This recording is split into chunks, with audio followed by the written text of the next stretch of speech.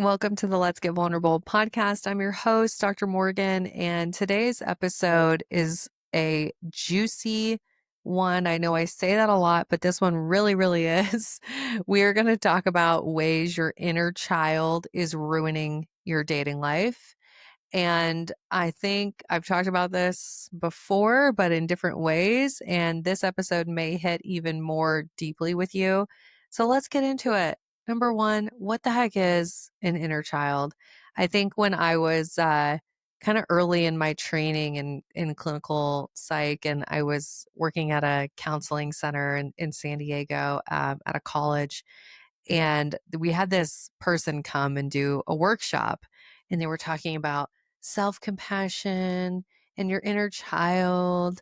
And I remember this person kind of had that like hippie kind of vibe, they were wearing like long, flowy clothes and they had the like beads around their neck. And I was just like, what kind of California hippie BS have I stumbled upon? And then joke is on me because obviously self compassion and inner child work is a huge part of what I do and a huge part of what I teach my clients. But in case you're that person that is skeptical, that is going, what the heck is an inner child? I just want you to know I get it. I've been there. It sounds a little woo woo, but this is a way to help you understand parts of yourself that haven't healed, your childhood woundings, your childhood unmet needs, understanding this part of yourself also that is, as a lot of us understand, our most authentic self, our most playful, our most free to express ourselves, unfiltered, returning to your original essence, if you will. Your inner child actually represents a lot. And when we're thinking about, the woundings of an inner child, I want you to realize that this can be referring to lingering emotional wounds and unmet needs from your childhood that are continuing to affect your adult feelings, your thoughts, your behaviors, right? And these wounds could come from things like trauma, big T trauma, little t trauma, relational trauma, experiencing neglect, experiencing chronic emotional invalidation, right? All of these original experiences that you've had in relationships and in formative years of your life, they impact your inner child. And this is your emotional self. This is your most vulnerable, your true self. And I think what we don't realize is that a lot of us are operating in this quote unquote adult self, the self that is learning to survive, the self that many of us think we have to be or we had to become in order to earn, whether it's societal's recognition or earn a certain person's love, aka parents' love, or you know essentially to achieve significance in some way. We put on this identity of our adult selves. But if we don't deal with the woundings of our inner children, those things are going to show up sideways in our adult life. I see so much of this of people on social media sharing, like, oh, here I am. I look like I have it all together, but I don't. Here's what's going on internally for me, right? Like you see the like, oh, she's smiling. She looks great. She's having the time of her life. Here's what's going on internally. And I love that people on social media are being so vulnerable. They're being so real because what they're doing is they're saying, hey, here's the person that I'm pretending to be, but here's my inner child's experience. Here's what's going on for me emotionally. Here's some of the woundings that still haven't been healed, right?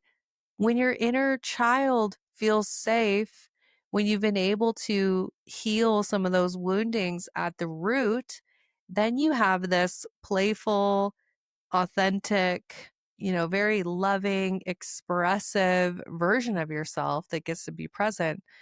But when we haven't done this work, when we haven't healed our attachment wounds, when we haven't dealt with trauma from our past, our inner children are causing chaos in our lives.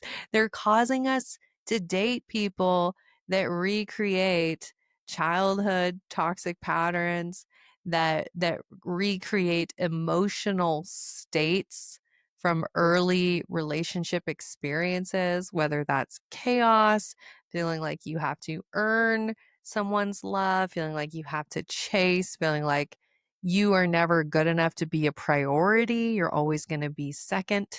Um, we are letting our inner children run the show until we stop, right? So, some of the signs I want to talk to you about this.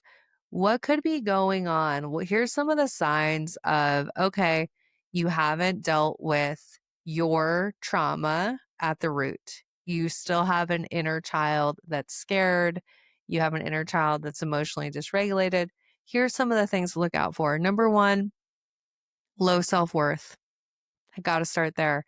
This is where you're devaluing yourself, you're placing your worth into what other people think about you. You're always looking for external validation.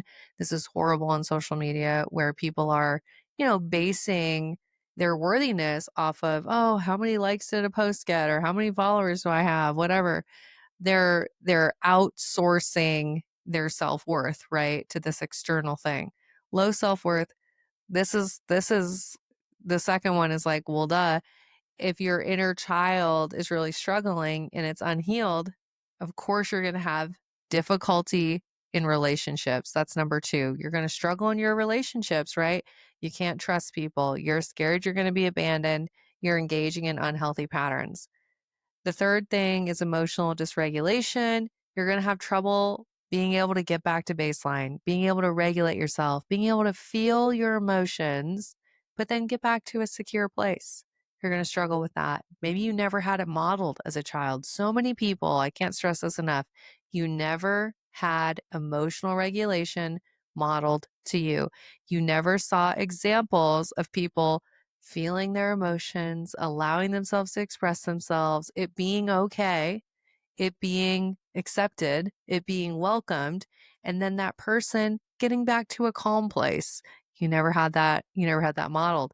Maybe you had people having emotions and then being told, "Ooh, don't cry," or don't yell, don't get upset, right? You might have seen that, or you might have seen people not feeling anything at all. But so many of you didn't have healthy models for emotional regulation. What else happens when our inner children are still wounded and suffering from trauma? Negative self-talk, putting yourself down, devaluing yourself with how you speak to yourself. This goes back to that low self-worth, people pleasing, self abandoning, not having boundaries, right? You have this strong desire to please other people, even at your own expense. Perfectionism, thinking that you can control things by showing up as perfect, that people won't abandon you, that you can get people to like you as long as you're perfect. Also, being afraid of being vulnerable, not being able to be your authentic self, not being able to share how you really feel, not being willing to take up space, kind of being this filtered, restricted version of yourself. That's also a sign of unhealed inner child trauma. So now that we know some of these signs, I'm curious, do you relate to any of these? If you do, shoot me a DM. I love to hear from you guys. It's really me showing up in my DMs on Instagram, by the way. I know in the era of AI and everything, it's like, is it? Is it really you, Dr. Morgan? It is. It is me. Send me a DM on Instagram at Dr. Morgan Coaching. Let me know. Did you relate to any of that?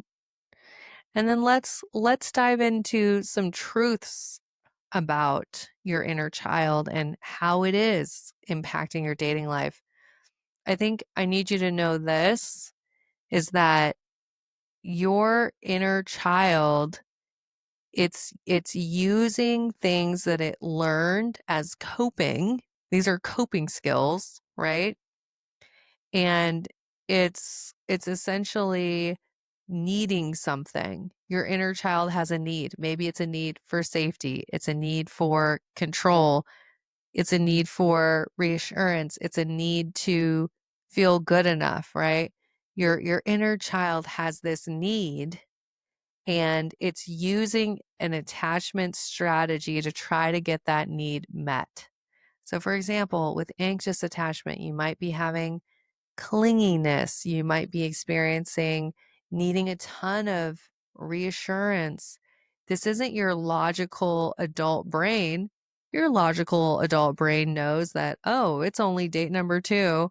Why am I needing to text this person good morning and good night every single day?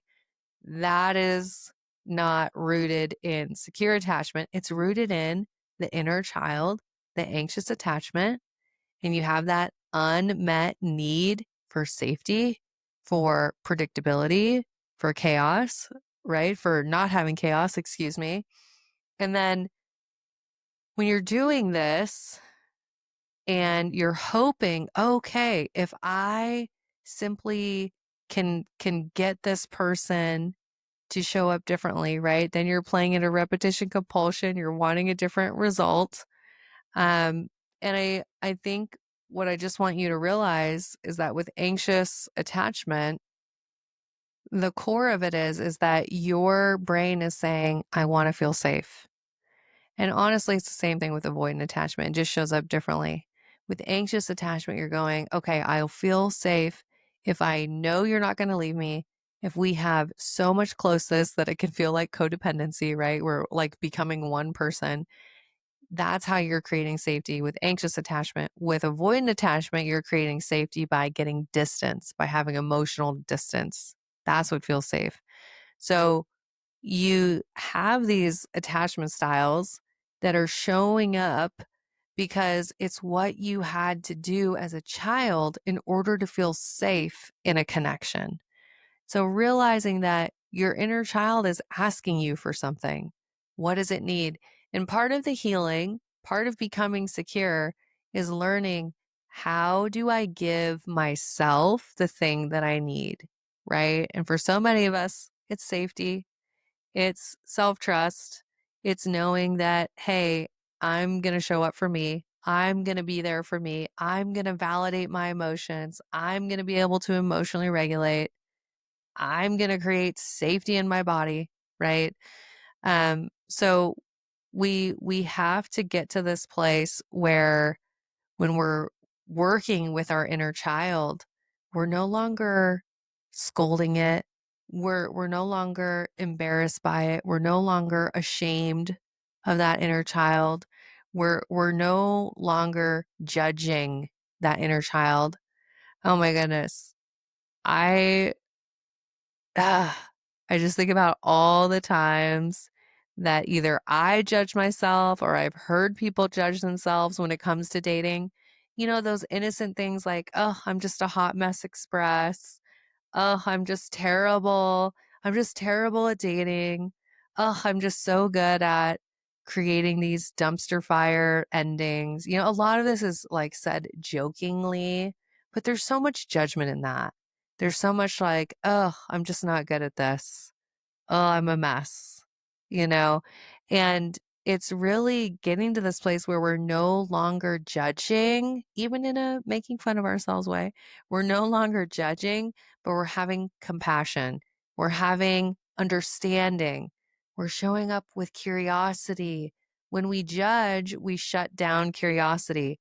We need to be curious because we have to understand, what does our inner child need so that they can heal, right? Like, what is the root cause here? What do I need so that I can heal, right?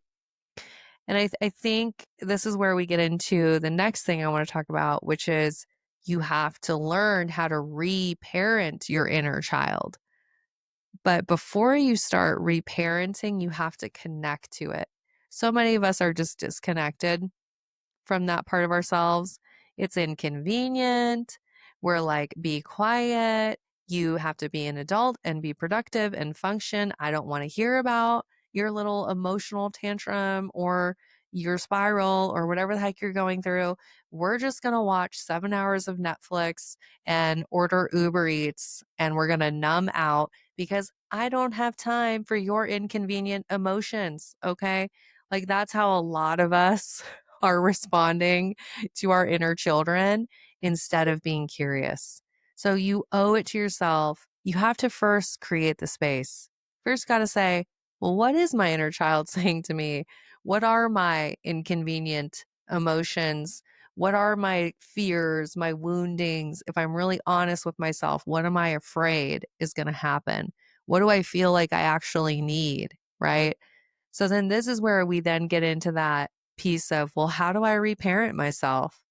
This is where I love teaching people about secure attachment inside of the Empowered Secure Love program because you need to be able to embody secure attachment, to start being able to communicate in a secure way, to learn about emotional regulation, right? You're learning all these things. And then when you can embody it for yourself, you start easily responding to yourself differently. You start going, oh, okay, how would my emotionally available, loving mother, how would she respond to me? And I guess that's something I can touch on is that, when we're reparenting, there's times that you may be saying, oh, I really need my emotionally available mother, right? My nurturing, my part of me that is able to say, yes, I hear you. I see you. It's going to be okay. That supportive part. And then sometimes we need our emotionally available father. This is that work around, hey, you are capable. You shouldn't devalue yourself compared to other people. You can go out into the world and go after what it is that you want to do. I believe in you, right? That's a lot more of our father woundings are around kind of devaluing ourselves, not believing we're good enough, not being willing to try because we're scared of failure. It's about how we show up in the world. And our mother wounds are a lot of times related to how do we mother ourselves? How do we nurture ourselves? How do we respond to our emotions? Right. But if you don't want to differentiate between mother and father, you also don't have to. When you're reparenting, you just want to be thinking about my ideal parent. If I was my mother and I was my father and I'm showing up to parent me, how am I parenting myself? What does that look like? You probably didn't have it fully modeled for you. And maybe you had some good things, but then you also had some failures. I always say this to my clients, I'll say it to you. Our parents are doing the best that they can, and there are ways that they fail us. So no matter what we do, we have to get to this place where we're accepting that there were ways that we were failed as children, and there's ways that we now need to learn to parent ourselves that our parents didn't have the capacity to learn before, right? So we're learning how to parent ourselves in the ways that our parents didn't have capacity to do. And this is about creating that internal stability, creating that securely attached adult version of you that has the inner child that knows that they're safe. The inner child that knows that they're safe. And then if we're thinking about this and how this is showing up in dating, my goodness, your inner child is feeling so scared when you're dating because people always ask me, they're like, why do I have all these great friendships and I have all these secure family relationships? But then when I go to date, all my anxious attachment comes out, all my avoidant attachment, I'm the hot mess express. People talk about this, and I want you to know it's because dating is very vulnerable. Deciding who you want to build a life partnership with is incredibly vulnerable. The more vulnerable it is, the more likely those insecurities are going to come out. The more likely our inner child is going to feel triggered, right? So, of course, it's coming out in your dating life. It's a vulnerable thing to do. And when you're learning how to reparent in your dating life, it's a lot about understanding, oh, I have this old coping skill coming out. Ooh, there's the anxiously attached part of me. Oh my gosh, there's my avoidant attachment style. And it's learning how to respond to that with compassion. Okay. So I think this episode is just a good reminder for anyone out there. If you don't do the work, it catches up with you. You know, the work is worth doing. The work is worth doing. And I think honestly, there are people out there who go, "You know what? My life is pretty good. Maybe I'm successful in my career. Maybe I've got this great friend group. I can travel the world, etc." And they're just kind of coasting along.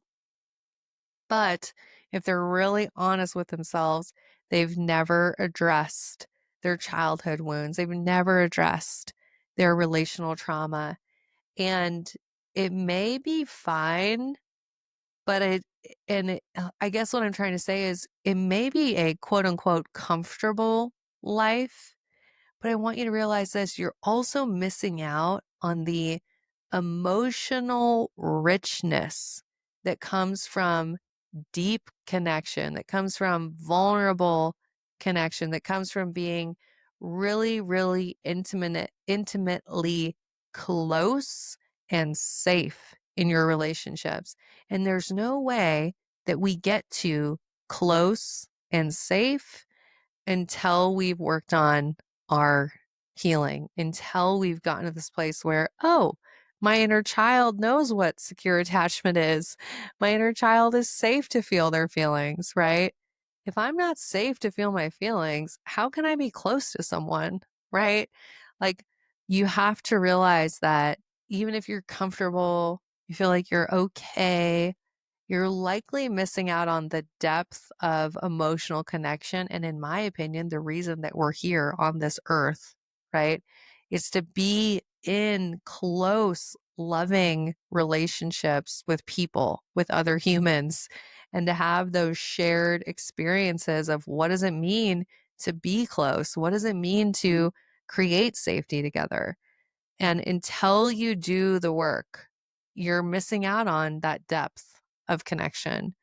And that's kind of what I think I didn't realize for a long time is, oh, this is what it feels like when you're secure. Oh, this is what people experience when they have calm and they have safety and they have people they can depend on.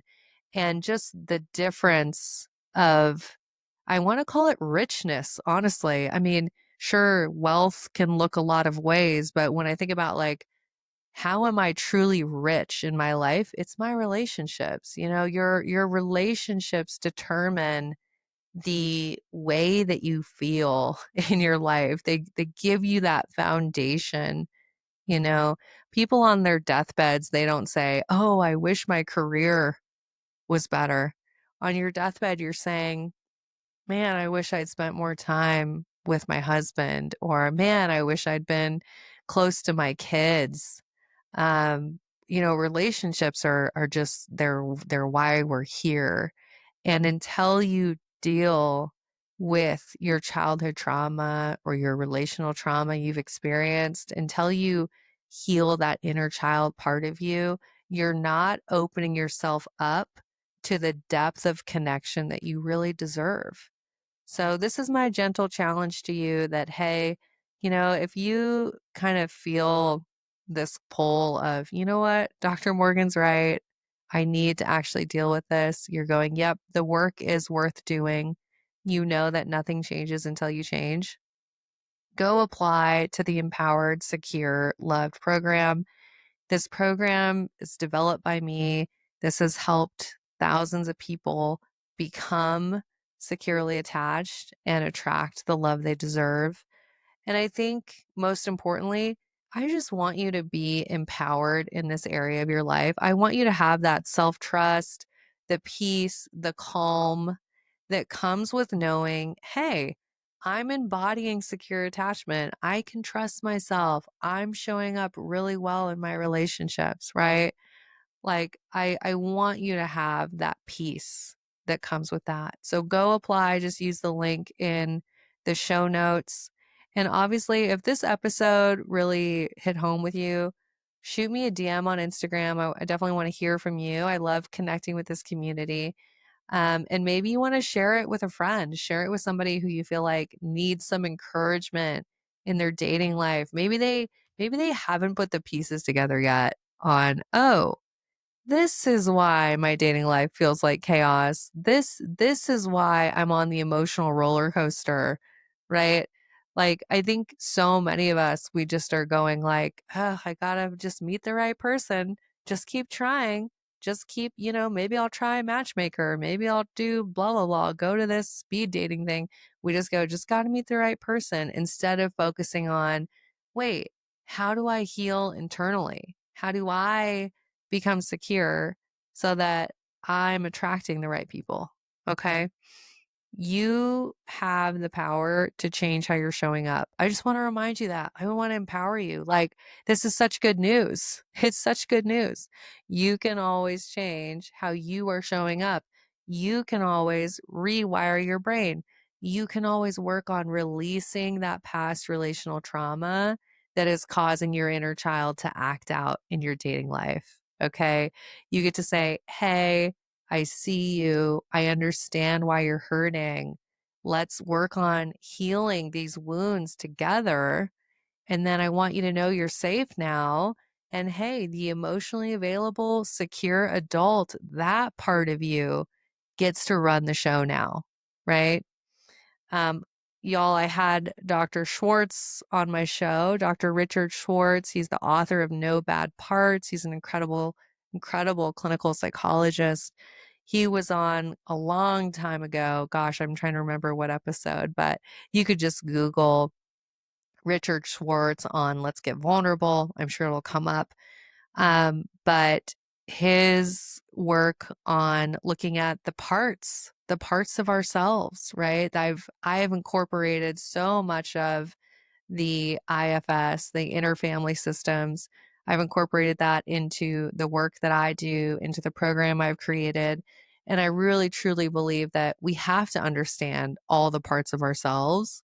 And that's part of this inner child work. It is so necessary to be able to come whole, or as we'd say in IFS, to be able to become fully integrated, to become that highest and best self that yes, you see your inner child, you get your inner child, they are emotionally regulated, and now you get to show up as your adult highest and best self. Okay.